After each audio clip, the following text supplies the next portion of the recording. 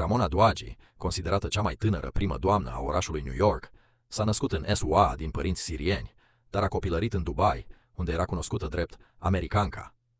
După absolvirea universității în 2019, și-a construit treptat o carieră artistică prin rezidențe în Beirut și Paris și prin colaborări cu publicații și spații culturale independente.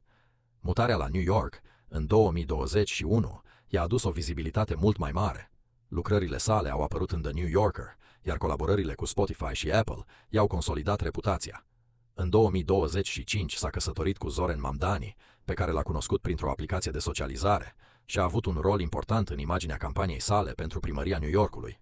Până în 2026, la doar 28 de ani, Ramona Doagi ajunsese să locuiască la Gracie Mansion, reședința oficială a primarului, devenind un simbol al noii generații de lideri și parteneri politici din New York.